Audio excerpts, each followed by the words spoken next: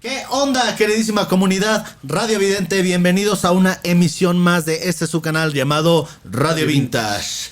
Y aquí estamos ya después de 7 meses. De 7 largos meses de aquí de cortos. vuelta. De largos cortos meses de ausencia. Bueno, esos 7 meses son poquitos para lo que es toda una vida. Claro, y pues aquí nos tienen una vez más. Aquí me presento para los que ya me conocen. Mi nombre es Gerson Pérez y aquí a mi izquierda. Y a la derecha de todos ustedes, Joaquín Pérez. Y estamos muy emocionados porque les vamos a presentar a un nuevo elemento que se integra a nuestras filas de Radio Vintage, que es el queridísimo Alan. Sí, amigos, muchas gracias por recibirme aquí en su buen espacio, aquí a soltar un poco de filosofía, un poco de datos culturales sobre lo que nos apasiona mucho, que es la música. Sobre todo lo que es la música, vamos a estar, pues ya vamos a estar sacando diferentes videos. Ahora sí, ya no prometemos nada porque ya hace mucho dijimos, vamos a regresar y nada más hicimos 3 videos y no regresamos. Y vamos a fluir ahí, vamos a ir poco a poco, ahí sacando lo que vayan ustedes comentando y lo que nosotros también queramos pues exponerles a todos ustedes. Ajá, no olviden seguirnos en todas las páginas, ya saben, en lo que es Spotify, todas las páginas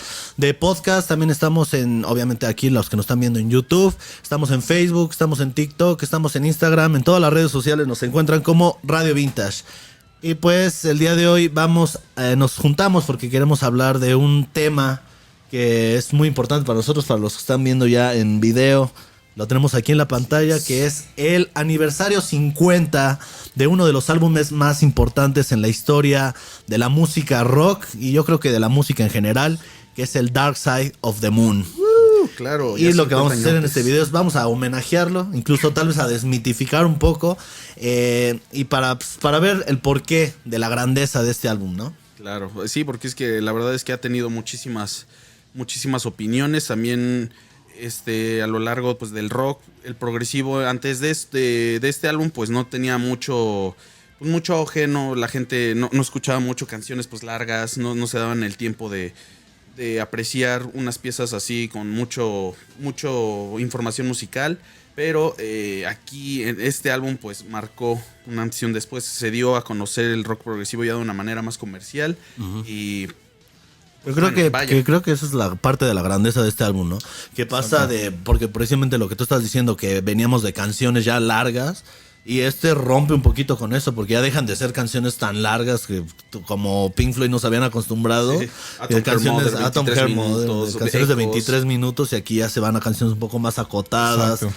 Va contando una misma historia, ya que es uno de los primeros álbumes conceptuales que salen. Y sobre todo hay un buen dato de lo que es The Dark Side of the Moon. Hay una estadística que dice por lo menos 1 de cada 5 casas en Reino Unido tiene el Dark Side of the Moon. Ajá, y puede sonar poco, pero es un chingo. Es un chingo de gente. Sí, 1 de cada 5 casas es un chingo de casas, ¿eh? O sea, estamos hablando de que este álbum se dice, hay varios datos, ¿no? Se dice que ha estado 700, otros 800, otros 900 semanas en el top 200 del Billboard, ¿no? Que es un dato impresionante. O sea, estamos hablando de que es uno de los 3 álbumes más vendidos a lo largo de la historia. Tal vez por atrasito del Thriller de Michael Jackson, claro, y el de AC/DC. Sí, de hecho Back in Black, sí. Back in Black. Exacto, de hecho es que solamente existen 4 discos de platino en el mundo que se le dan pues a más de 1 millón de copias de vendidas. Mucho más. Sí, más, ¿no? Eso es como 1,000 millones, ¿no? Sí, 1,000 millones más. Un cero más. Un poquito más nada más. Unos ceritos más. Y pues el Dark Side of the Moon fue el primero pues en tener esta cantidad de discos vendidos. De ahí, como ya mencionaste, el Thriller.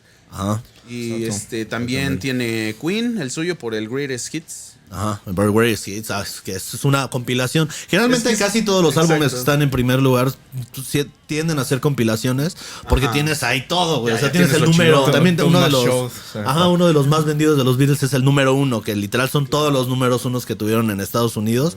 Pero bueno, el Dark Side tiene como varias cosas ahí interesantes porque ahí están hablando que es de los más vendidos de la historia. No estuvo ni más de una semana el top 1 de Estados Unidos, a pesar de ser el más vendido.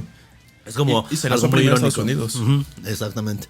Salió como creo que es, al mes salió en Ajá, Inglaterra. Que es Primero de marzo salió en Estados Unidos y 23 en Inglaterra. Traición a la nación, a su patria. Con Money consiguieron su primer sencillo en el número 13. Entonces ahí agarraron más público. Sí, de hecho es que no tenían un número 1 desde 1967 con Syd Barrett. Syd Barrett. O sea, y de ahí años después hasta apenas Money. Que de hecho el Dark Side, digamos que es... ahí entramos en conflicto, la mayoría de los fans entran en conflicto si es el sexto o el octavo álbum de estudio de Pink Floyd, porque muchos no cuentan lo que es el More y el Oscured by Clouds, que son canciones que se fueron soundtracks para películas. Y mucha gente no los ve como álbumes de estudio, pero sí están considerados como álbumes de estudio. Sí, ¿no? de hecho, el More, pues de hecho es que también lo sacaron así como álbum. A diferencia de otro soundtrack de otra película, que pues ya hablaremos después más adelante de ello. Pero sí, el More sí es considerado como tal álbum de estudio. De estudio. Sí, bueno, y tiene rolotas ahí. Que bueno, nada más para poner en contexto, o sea, para el Dark Side of the Moon, Pink Floyd ya venía de los álbumes que voy a mencionar, así rápido. Es del Piper at Gates of Dawn de 1967. Luego sale el segundo álbum, A Saucer Full of Secrets, que es, digamos, el último álbum donde está Syd Barrett, que es el... Ya hablaremos de Syd Barrett. Miren, aquí tenemos, de hecho, varios. Acá tenemos la portada. Saucer Full of Secrets. El Saucer Full of Secrets de 1968, que también es el último álbum donde sale Syd Barrett, que es... Participación de Syd Barrett. Ya estaremos hablando de Syd Barrett en un video para él.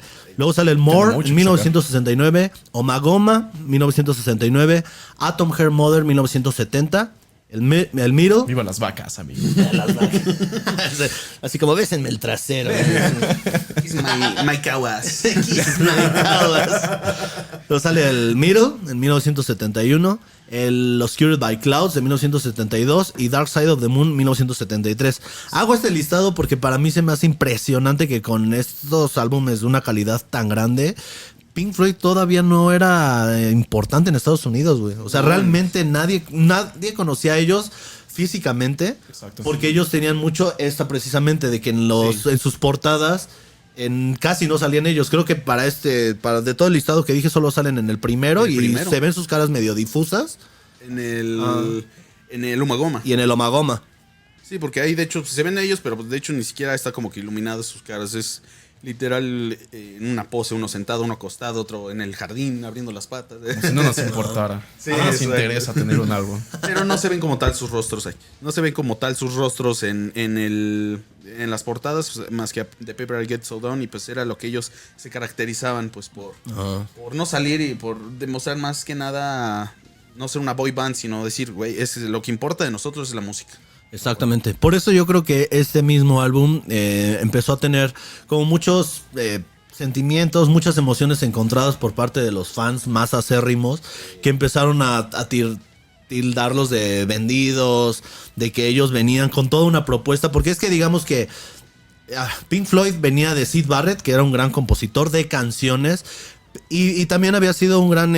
fue la punta seminal, la raíz de lo que fueron su experimentación temprana, ¿no? Pero ellos ya, una vez que se sale Syd Barrett, no sabían componer canciones tal cual. Entonces, todas sus canciones las componían a base de experimentación. O sea, así es como ellos componían. Ajá. O sea, componían de esa forma, ¿no? Así como de, vamos a tocar suites muy largas y lo que salga. Pero no eran ni letristas, no eran realmente músicos de canciones. O sea, realmente era de experimentaciones. Exactamente, ese era su proceso creativo. Ajá. Ponerse a llamear, a ver qué sale. ¿No? Es una técnica común, o sea, es llamear. Me gusta esto, dale. Funciona, dale. Sí, de hecho es que viene mucho de la escuela del jazz, ¿no? Exactamente. El jamcito ahí. El jamcito. Que del blues viene, pues ya sabemos, pues el nombre de dos blueseros. Como ya sabemos. Como ya sabemos. El nombre de Pink Floyd es basado en dos bluseros, los favoritos de Syd Barrett, Pink Anderson y Floyd Council. Ajá, de ahí viene el nombre de la banda. Sí, de hecho, y bueno, lo que dices de las letras, pues es que antes del Dark Side of the Moon, pues sí, tenían letras. El letrista pues era Syd Barrett, pero de ahí pues lo sacan. Pues, bueno, por cuestiones mentales.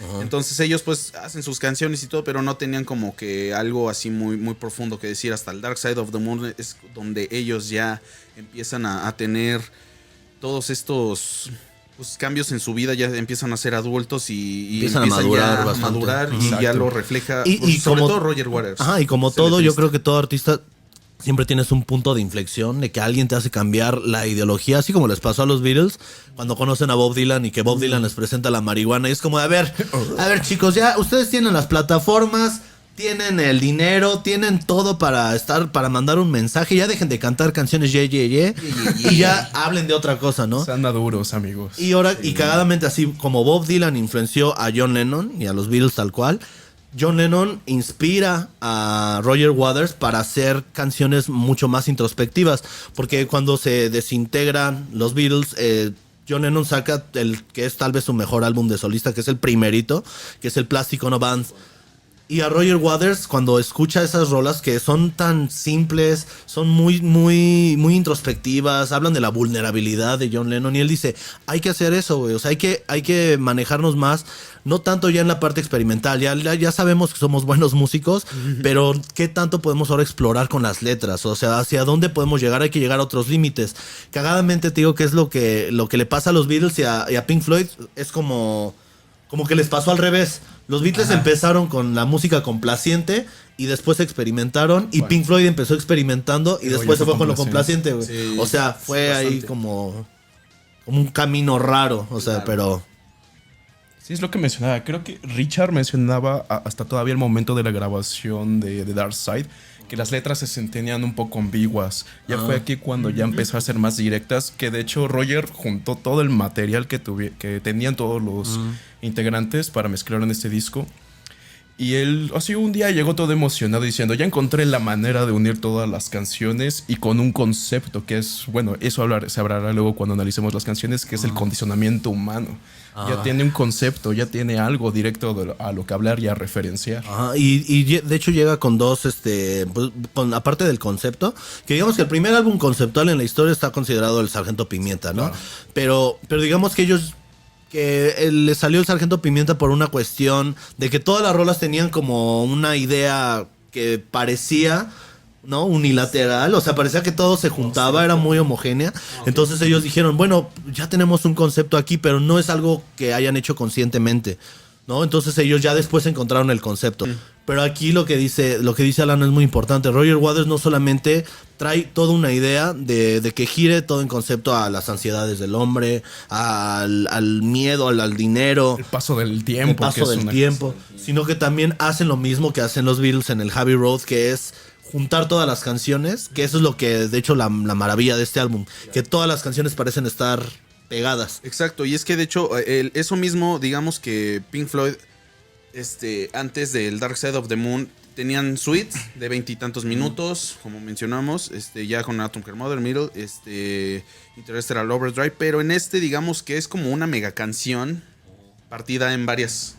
Entonces, porque si te pones a escuchar, pues es que toda va lineal, Conectado, todo va exacto. conectado, pero pues sí tiene que Breathe, que Time, Money, o sea, pero al final es una mega canción entera. De 44 minutos. 44 o sea, parece una minutos. cancionzota de 44 minutos porque, sí, desde que empieza hasta que termina. De hecho, empieza como... con el latido del corazón, eso te marca un bucle. Empieza como termina.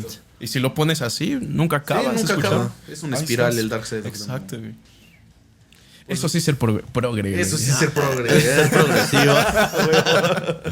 Que de hecho, el Dark Side of the Moon, ya entrando como en el álbum tal cual, venía con muchas ideas. O sea, aparte venimos en la época de los 60s y 70s, que era la época donde pues, más ideas habían, güey. O sea, donde todos estábamos en una revolución ideológica de todo lo que se podía, de todos los Tecnológica. límites a los que se podía llegar, la tecnología, incluso llevar instrumentos analógicos y mezclarlos con la tecnología del momento, que eso fue algo muy importante para todas las bandas, o sea, no solamente hablando de Pink Floyd, pero Pink Floyd fue como una precursora en todo toda la tecnología que estaba en ese momento por el genio precisamente de Roger Waters. Claro, lo hicieron, es que lo que diferencia a Pink Floyd de otros grupos progresivos, que de hecho hasta hay un debate que dicen que si Pink Floyd es progresivo. La verdad es que sí, pero es que hizo un progresivo de una manera súper digerible. Ajá. O sea, no una manera en la que pues ya no querían ellos como que mostrar el virtuosismo de hay que hacer una escala aquí como dodecafónica y así, o sea, ya no se preocupaban por hacer cosas musicales elaboradas, sino más bien por dar una sensibilidad a esas canciones. Se centraron más en experimentar en los sonidos, los relojes, en los ecos que hay, las entrevistas que hacen y plasman justamente en la elaboración del álbum. O sea, ese fue un tipo de progresivo más lírico, hacer más inmersivo todo este proyecto. Que sumado con una tecnología que era el sistema cuadrafónico de Alan Parsons, que ya no solo era izquierda-derecha, adelante, sino también atrás. Entonces, eso hace que te envuelvas y tengas una experiencia y dices, ¡ah, la madre! Un viajezote de 42 minutos. Ajá, exacto, estar en medio de una sala de conciertos y te están llegando los sonidos por todos lados. Te bombardea, exacto. Por todos los flancos, güey. Exacto. Que eso precisamente es una de las cosas más chingonas de Pink Floyd. Vámonos, guardando las distancias, es más o menos lo que hizo Kanye West con el hip hop, que lo volvió pop, ¿no? Y esa es parte de, digamos, de la ideología que él traía. O sea, cómo hacemos algo que es tal vez un género muy urbano, llevarlo a las grandes masas. Lo mismo Pink Floyd. Venían el progresivo, pero porque también ya sabemos que hay un chingo de fans, los más de hueso colorado. Pink Floyd no son progresivos, ¿no? Progresivos y te empiezan a decir progresivo Rush. Progresivos Yes. Progresivos Yes, y claro, King o sea, Crimson, ya. King Crimson, claro. Sí. No, o sea, era la mera época del progresivo y por eso tal vez mucha gente empiezan, que yo siempre he pensado que entre una banda empiece a tener mucho éxito, la gente les empiezan a dar la espalda. Exacto. O sea, Sí. ¿no? Es como que se sienten traicionados, güey, ¿no? Así como ¿Por qué hacen eso? Vendidos. Malditos vendidos. Yo creía en ustedes traían una propuesta. Pues sí, pero es que parte de la madurez es quitarte ya del todo lo que ya andas haciendo y explorar otras partes, güey. Que aparte, yo siento que este álbum, bueno, no sé si fue tanto como el Middle, que fue como el álbum bisagra entre lo que fue un antes y un después en Pink Floyd. Sí. Porque ya en el Middle ya empezaron a meter canciones un poco más melódicas.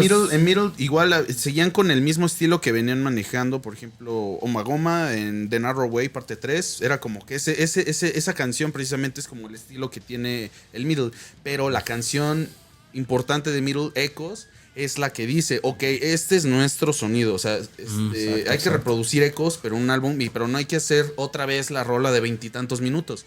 Porque de hecho ese era como que su plan de hay que vender el álbum, meter una que otra canción, pero la importante es la del lado B, la larga. Y es lo que acá cambiaron. Hicieron, vamos a hacer una canción enorme, pero pues dividida. Y si tú escuchas Breathe separada de Money, son canciones que funcionan tanto individual como en conjunto. Exactamente. Y es su magia también del Dark Side, sí. Pues, nada está puesto por casualidad. Es un álbum bastante muy bien pensado. Cualquier frase, cualquier arreglo, cualquier acorde que pongan es muy preciso y eso le da como que esta misticidad. Es uno de los mejores álbumes compuestos y producidos. Producidos, sobre todo. Claro, hablando de la producción, llevan a uno de los grandes genios tempranos en esa época, porque meten a Alan Parsons. 23 añitos. Tenía 23 años. 23 añitos. Está el amigo. El Alan Parsons, míralo. Bien loquito. No, estaba bien chavito, güey. No sabía lo que iba a crear en ese momento. Solamente sabía que conocía a Pink Floyd, una banda como medio rara. Dice, Que el tiempo le ha dado a Alan Parsons realmente el lugar que merece en la historia, porque en ese momento lo contrataron como jefe técnico. O sea, realmente, igual empezó a ser asistente, como por ejemplo en Let It Be de los Beatles. En Let It Be era el encargado de las cintas. Exacto, o sea, sí, imagínate, ¿no? Pasar de ser el encargado de las cintas. El Chocomil, güey. El que cargaba las bocinas. No, o sea, ¿dónde, George? Imagínate, güey. O sea, tú como productor, tener ese currículum, güey. Trabajé en el Let It Be y en el Abbey Road de los Beatles, güey. O sea, pinche currículum cabrón. Y Alan Parsons ya había trabajado con ellos en el Omagoma y en el Atom Hair Mother. Pero aquí nada más lo ponen como jefe técnico, Alan Parsons. Te digo que el tiempo los llevó más allá porque dicen, güey, Alan Parsons es el productor realmente de este álbum, porque les da ideas muy cabronas. Por ejemplo, ya lo vamos a hablar más adelante cuando hablemos canción por canción. Lo que hacen Time o lo que hacen Us and Them. O sea, empieza a proponer ideas que, como ya lo habíamos mencionado, estamos en la mera época de la experimentación. Y aquí sí era un conjunto, güey. O sea, era como si tú traías una idea, pero por favor, ayúdame a enriquecerla. Ayúdame güey. a que esta idea se plasme como está acá. Ajá. Exactamente, Y hacerlo como ya. lo Integraban a adelante. todos, hasta el portero de Javi Road Sí, lo metieron Que en algún momento. de hecho, él cierra di la última frase de que no hay un lado oscuro de la luna. Ese es. Pero aparte de, se le reconoce mucho a Alan Parsons, pero también alguien que formó parte de la producción, enteramente en la producción, y a palabras de Roger como árbitro entre las múltiples peleas entre Gilmour y Roger por la producción. Cabrones siempre. Exacto.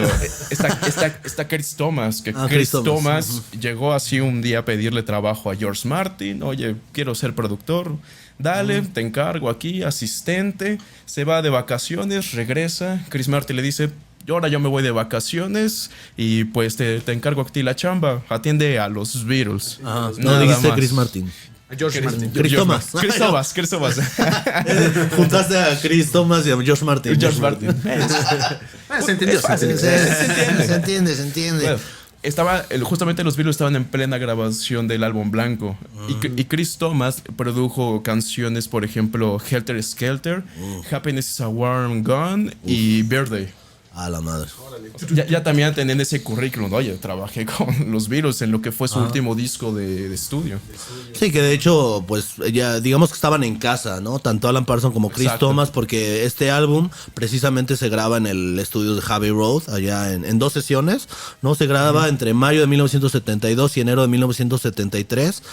Se asigna a Alan Parsons y aquí hay una parte muy bonita que tiene un libro, de Nick Mason, tiene un libro con sus memorias que sacó en 2004 que se llama Inside Out, y él dice: Alan no solo era un buen ingeniero, sino que tenía un gran oído y era un músico por derecho propio.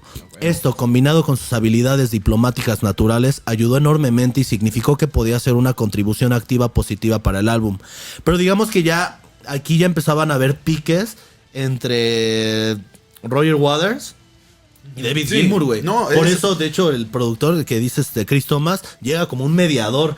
Porque Exacto. ya hay un momento en el que se saturan con Alan Parsons, porque Alan Parsons también empieza a meter mucho de su cabeza. Entonces, como, güey, necesitamos a alguien de afuera. El trabajo de mezcla era a veces exclusivamente de Parson con Chris. Pero Roger se metía ahí a escondidas a meter sus detallillos y Gilmour fuera como de, a ver, mamón, qué Pues, pedo. Y ahí sí. empezaban las De problemáticas. hecho es que Gilmour desde el principio era el que, o sea, muchos dicen que empiezan a tener los problemas desde Animals, pero no, o sea, David Gilmour y Roger Waters empiezan a tener desde Omagoma, que es como de que Gilmour le decía, oye, güey, pero pues hay que hacer pues ayúdame con mis rolas que tengo. Y Roger en ese álbum dijo, no, ni madres, cada quien que tenga sus rolas. Por eso Richard Wright tiene sus 4 rolas, Nick Mason 3 rolas, David Gilmour 3 rolas y Roger Waters 2 rolas. Y una de ellas una de esas está chida, la otra, pues, experimentación total, puros animalitos. Cosas así, o sea. Pero ya desde ahí él estaba marcando su pedo de, no, o sea, tú tu pedo y yo el mío. Es que a Roger Waters le pasó como a estas secretarias, güey, que entran a una empresa 2 semanas antes que la nueva. Y como lleva 2 semanas de ventaja, ya se siente la dueña de la empresa, güey. Y se pone de mamona porque David Gilmour entra hasta el segundo álbum, ¿no? Sí, porque el exacto. primero pues, entra como Era Sid reemplazo Barrett. de Sid Barrett. Entonces Roger Waters es como, yo tengo más tiempo de aquí, ¿no? Entonces, ¿tú quién eres? Obviamente no podemos negar el genio de Roger Waters, Sí, claro. pero su genio estaba al tamaño de su ego, güey. O sea, no le pasó como a Queen con Freddie Mercury, que era como que dense grasa a todos, güey. Todos componían y todos tenían el mismo peso de importancia. Sí, es que ¿no? Freddie Mercury agarraba la filosofía de Toretto, somos una familia. Hay que tener fe, güey. La familia, sí, Y pues para finalizar el contexto pues, del álbum, pues un resumen, 741 semanas en el número 1. Exacto. El sonido cuadrafónico, o sea, de lo que... El nuevo sonido, y fue el primer sistema de 16 o 24 canales, una mezcladora, y aprovecharon todo, por eso aprovecharon cada sonido. no más, o sea, de llenar. De hecho, llegaron con la mezcladora de 16 canales y era como de wow. Tantos canales. Sí, porque antes eran mezcladorcitas pedorras, así como de 8. Como la nuestra. Es así. 4 humildes canales. Pero bueno, igual un agregado también tuvo sus dificultades para hacer, o pasó por ciertas dificultades que retrasaron ciertos tiempos. Por ejemplo, una banda llamada Medicine Head que lanzó un álbum justamente llamado The Dark Side of the Moon en el 71.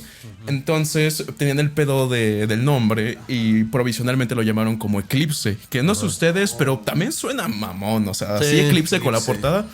Suena bien. De hecho, esa era una de las propuestas. Ajá. Esa era una de las propuestas para la portada del álbum, un eclipse. Pero al final, pues... Porque precisamente lo que hace un diseñador gráfico, ya vamos a hablar más adelante de los diseñadores, la portada, que es básicamente eso, ¿no? Ellos te piden, porque digamos que tú no contratas creativos para decirles qué hacer, güey, porque si no, ¿para qué quieres un creativo? La misma palabra es crear, güey, ¿no? Entonces el creativo lo que te dice es como, a ver, pásame las rolas y yo te voy a proponer, no me digas qué hacer. Y ellos tenían mucha esa filosofía. Te pasamos las letras, te pasamos la esa y tú propon, ¿no? Que es básicamente lo que hacen. Pero lo que dicen y que pasa mucho con muchos youtubers, güey, ¿no? Que quieres tu nombre de tu canal y dices, ese está muy bueno, güey. Es el bueno. Pero te pones a buscarlo, ya, puta madre, ya existe, ¿verdad? Pero nada más tiene 2 suscriptores. sí, jala. Y te pones a investigar. Su último video fue hace 4 años, no hay pedo. Lo mismo le pasó. ¿Cómo se llama? Claro. Medicine Band, ¿no? Medicine Head. Medicine Head. Y yo, obviamente, no tuvo ningún éxito ese álbum. Dijeron, hay que recuperar el nombre. Porque es que es un gran nombre, güey. La verdad, sí. The Dark Side of the Moon. Que, como dices, Eclipse también tenía... ya ahorita la gente tal vez tiene muy sesgado el nombre Eclipse por la saga de Crepúsculo. Exacto.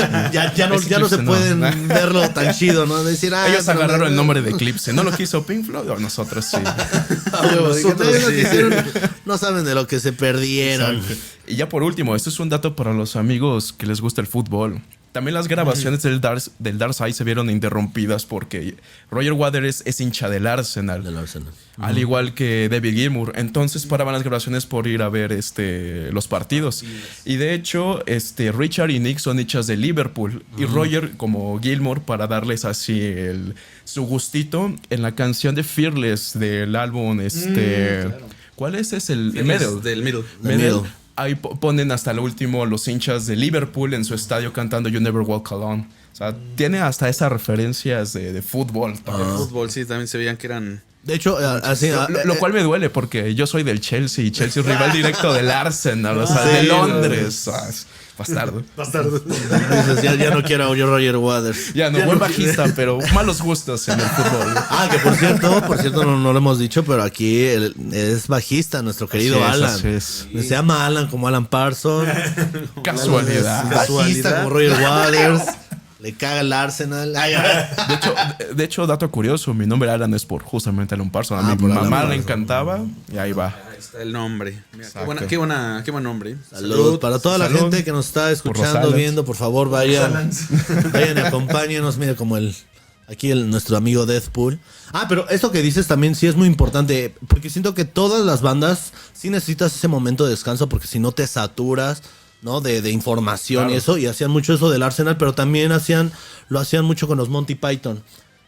Nada más interrumpían la grabación, tanto para que Roger Waters se fuera a ver Arsenal y para ir a ver a los Monty Python, que los Monty Python era como sketches, ¿no? Era un grupo de cómicos de allá de Inglaterra que son muy buenos, yo les recomiendo así. Y cagadamente, cuando los Monty Python tenían su serie y sacan su primera película, que se llama Los Caballeros de la Mesa Cuadrada, necesitaban dinero para producir su película. Pues Pink Floyd, güey, como casi les devolvieron el favor. Fue como de, ustedes nos ayudaron en los momentos de ocio de que estábamos haciendo el Dark Side, veíamos su programa y nosotros los vamos a producir su película, güey. O sea, ellos fueron productores de su primer película de Monty Python, güey. Nada más. Nada más estos Dark Sides. Los Dark Sides. Qué darks. Es que no mames, o sea, vienes de que nadie casi te conocía en Estados Unidos y la chingada. Que aparte, en parte del contexto también entra esto, güey. Okay. Este álbum son de los pocos, podría decir que de los pocos casos en el que la gente lo escuchó antes de que saliera el álbum. Exacto. O sea, porque estaban en una... Es que este álbum salió por diferentes cuestiones. La primera es que venían de su álbum Middle, y tenían que sacar el soundtrack de su película, de la película Obscured by Clouds. Y tuvieron una gira precisamente para promocionar este álbum. Por Francia, por Estados Unidos y por... por Japón. Japón. Ajá, en Japón. Y aprovecharon esta gira como para probar las canciones del Dark Side. O sea, toda esa gente que estuvieron en la gira de 1972 fueron los afortunados que escucharon las canciones antes de que salieran, güey. Sí, Así de es. hecho, Hay una versión muy buena de Money, la primera que experimentaron. Está en YouTube, se llama The Dome on Brighton, 20 de enero del 72. Es el primer guioncito y es así, súper experimental, no sabían a dónde ir. Pero estaba el motivo principal de Money. Ya el fraseo del bajo ya estaba presente. Sí, el icónico fraseo de 7 cuartos del Rogers. Exactamente. Y pues sí, de hecho es que ellos empezaron a componer el álbum pues, en sus giras. Empezó pues desde junio del 72. Empezaron ahí ya a ver como que la temática del álbum hasta la finalización del álbum que fue en marzo del 73. O sea, tuvieron pues, esos 9 meses para hacer el Dark Side. Y pues bueno, pues ahí es en donde queda el contexto del álbum. Sí, el contexto del álbum y ni contexto de nuestra risa. Está sonando un celular que... Me advirtieron. Me advirtieron. Antes de empezar la grabación. No pasa nada, seguimos en sintonía. Seguimos aquí.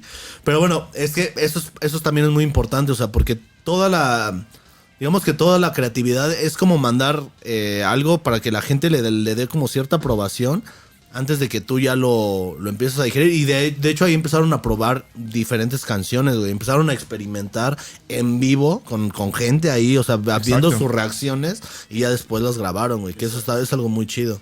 También tenía la ventaja de que fueron canciones que ya ya estaban hechas desde hace años. Eran proyectos que tenían ahí guardados. Y es como por ejemplo, la que termina siendo Us and Them. Que era, ¿cómo estaba esta película? Sabrisky Point. Que es una versión temprana y que la rechazó el director porque sonaba muy de iglesia. Muy de iglesia. También hay una versión muy temprana de Breathe que compuso Roger Waters para una película llamada The Body.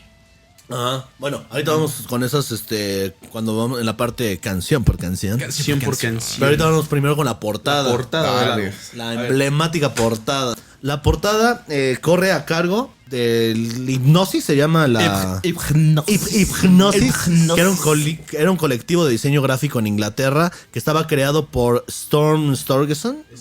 Torgerson. Denle su martillo. Denle su martillo. El Gerson.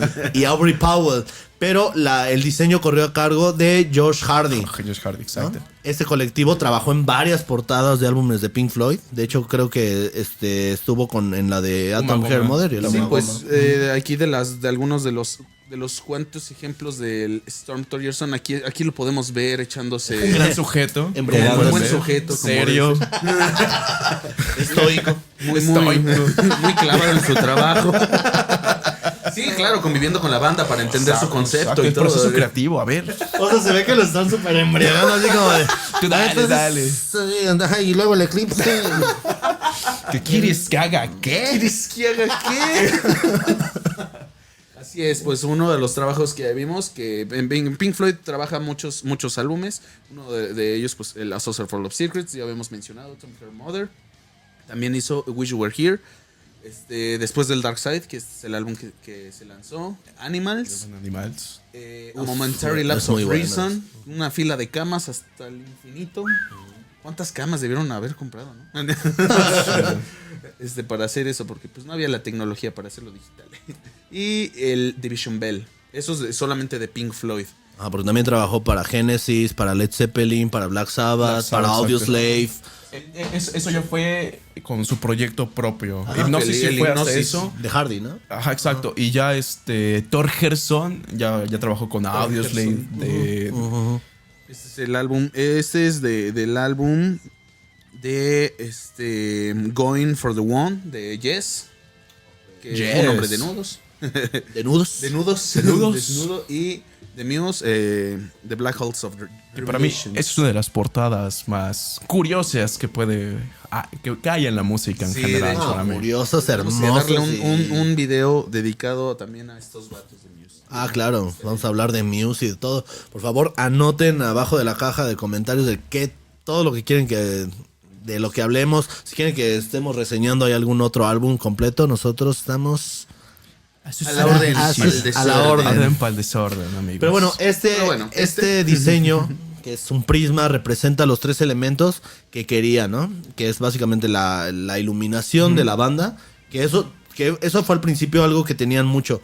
Cuando recién sale el de Piper at the Gates of Dawn, la idea de Syd Barrett era que la iluminación fuera un personaje más dentro de su... Porque era como muy teatral todo lo que hacían.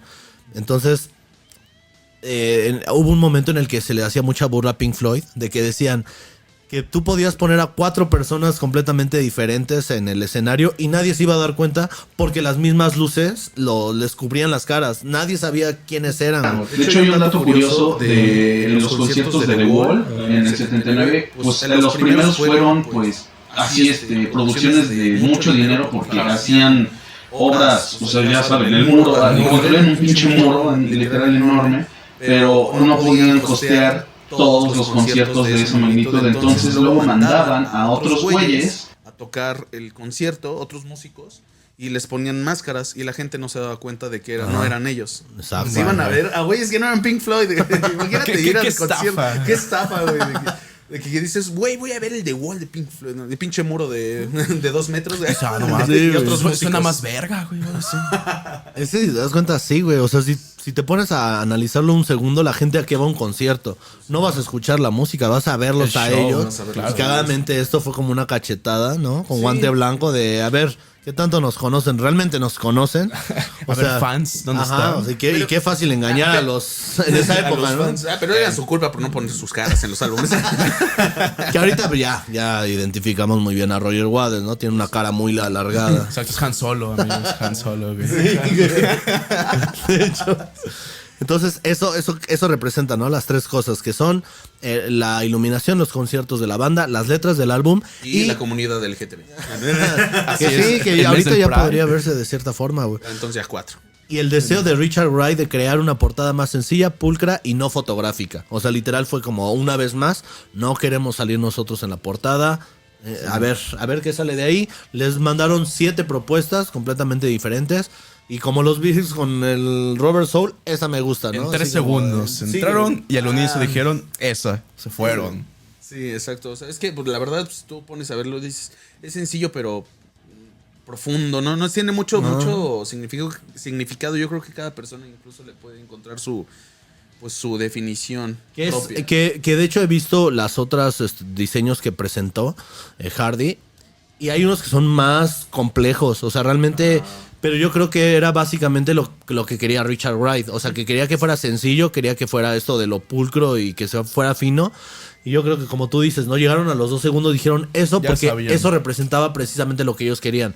Ya no querían que fuera la música enorme de 20 y tantos minutos, sino que fuera todo minimalista desde la portada, güey. Sí. No, y pues claro, ya habíamos mencionado esto de que hacían obras, canciones enormes y todo, y metían sonidos y de más y canciones experimentales, Alan Psychedelic Breakfast. Pero no, o sea, esto, como dices, sí queda muy bien en la definición de lo que representan sus canciones, tanto visual como... ¿Qué fue eso? Sonido mágico. Es sonido sonido de la de suscribirse. ¿Ya te suscribiste? ¿Ya? Sí, es un recordatorio. Es un recordatorio. Es un recordatorio. Suscríbanse, por favor. Igual un detalle de la contraportada es que se representa el latir del corazón, la representación gráfica de latir del corazón, que es curiosamente como empieza y termina este álbum. Igual llamó mucho la atención porque fue la primera vez que las letras estaban impresas en la carátula. Cada canción ya tenía las presas impresas. En un álbum de Pink Floyd, porque antes, pues... Sí. ¿Qué te digo? Era lo cagado, porque al principio sus letras iban sobre cosas, como tú decías hace un ratito, muy ambiguas. Sí, o sea, bastante, te hablaban de bastante. una bicicleta, te hablaban de un... En el primer álbum te hablaban de un Espantapájaros. espantapájaros, de un gnomo, de la astronomía. O sea, te hablaban de muchas cosas que digamos que el primer álbum para mí es como todo un cuento de hadas, ¿no? Sí. Pero de terror. Sí, por la música. Pero ya aquí ya son las letras mucho más al grano. O sea, a pesar de que tienen cierto contenido filosófico, pero de hecho aquí ya no cabe la ambigüedad. Se van a lo directo, exacto, se van a lo directo. crudo. Es güey. muy directo. Ajá, o sea, tú escuchas Money y es súper... O sea, es obvio lo que te está diciendo, ¿no? Claro. ¿Qué digo? También tiene canciones como... Bueno, ya ahorita vamos a ir hablando de una por una. Algunos errores que también tiene la portada es que justamente la difusión de la luz blanca en los colores deben ser 7, son 6. Lo quitaron el color índigo, que es como un azul marino, únicamente por temas de simetría. O sea, no porque ok. superan, por simetría. Claro, sí, porque tenemos el rojo, hubieran hecho más anaranjado, chiquito. amarillo. Pues rojo, anaranjado, amarillo, verde, azul y morado. Son 6. Ah. Pero sí, exacto, aquí es donde Falta ahí un el color, colorcito. ¿no? Igual la contraportada está la misma imagen, pero volteada. Ah, Que claro, por cuestión claro. física no podría hacer esa difracción de la luz. Pero solo por Era como un cuestiones juego de estéticas. abrirla, abrir el Exacto, y álbum que, y que se viera así, güey. que eso fue idea de Roger Roger Waters, Waters. abrirlo como libro se viera todo eso. O sea, son libertades creativas. Aquí no importa la física. Sí, mucho menos en música. O sea, exacto, güey. Pero digo, o sea, la portada es una de las portadas para mí más icónicas. Que ya vamos a hacer también un video, ya lo tenemos planeado, en el que vamos a hablar de las portadas más icónicas en la historia del rock. También escriban abajo las que ustedes son, Las que consideren, las así que es. ustedes consideren de las más importantes. Porque sí, digamos que Pink Floyd se ha caracterizado, una de las cosas que caracterizan más a Pink Floyd son las portadas de sus álbumes. Claro. No todas representan mucho lo que quieren hacer, excepto Atom Heart Mother, que es como muy rara, la de la vaca, ¿no? Es que de Que hecho. las vacas sean eternas. Es que de hecho esa portada era. Pues mandaron a Storm Thorgerson así, vete al campo, toma fotos y. Pues a ver qué nos traes. Entonces ese güey pues, llegó, tomó unas cuantas fotos. La vaqueta así, en medio, tal cual, y dicen, esa. Igual, o sea, como Sí, el fue Dark Side como of algo the- muy O sea, natural. Esta es la imagen del Dark Side of the Ahí Moon. Así está. es como se representa, iba a ser representada, pues, Ajá, portada y contraportada. portada y contraportada. Aquí ahí ya se ve todo dado a la mierda. Exacto, ya dices, ay. Sí. Pero pues así era la idea de Roger Waters al abrir la portada, así que se viera que se conectara el hilo blanco y pues a los Aparte, extremos tú el abres arcoíris. el álbum, tiene como dice las canciones, tiene algunas fotos de las pirámides de Giza. Que eso fue un misterio para los fans que como intentaron descifrar algún mensaje y Un mensaje dio la oculto fecha. ahí como... Esos fans. Ajá, Dieron versiones distintas en Japón, Estados Unidos, Inglaterra, ok. así de las mismas imágenes. De hecho son Illuminatis, Pink Floyd, ¿o qué de pedo, puras no? pirámides. es que se puede sacar mucho de la portada porque Es es que que sí, güey. hay muchas, incluso hay otras portadas, hay sí. otras portadas así como diferentes en cada, pues, como dicen, en cada país y todo. Esta es otra que fue, el prisma, ya el triángulo es blanco. Pues esta también fue vendida, pero no sé en qué país fue, pero así también vendieron esta. La icónica es la de la pirámide todos negra. conocen O sea, aquí. sí, esta. Exacto. Pero sí, como dices, en diferentes... Luego son por diferentes cuestiones, ¿no? O sea, luego hay álbumes que la Como gente el- conoce de cierta forma y o por cierta censura o por ciertas cosas las cambian Como por país y país. El Meet the Beatles Ajá. y el With the Beatles. Ah, ajá. Incluso hasta las caras se ven como raras. Ajá. En Estados Unidos salió el... O el del el Butcher Meet- Album, donde el están Meet the con los Beatles. niños.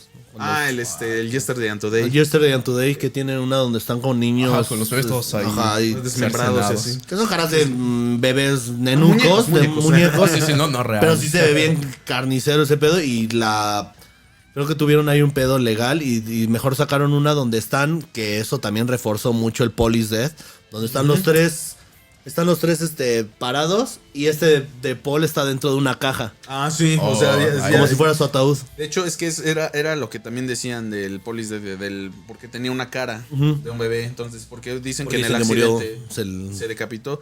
Pero esa salió peor porque está en el ataúd, está en la caja, güey. Esa fue más obvio, más gráfico. Exacto. Pero pues bueno, ahora pues, sí, vámonos con lo que es Lo bueno. canción por Bueno. canción. ¿Por qué este álbum es tan genial? O sea, Exacto. Sí. ¿Por qué tiene ahí su lugar en la historia? ¿Por La qué historia, estamos güey. 50 años después hablando de este álbum? gran álbum. son 44 minutos de placer.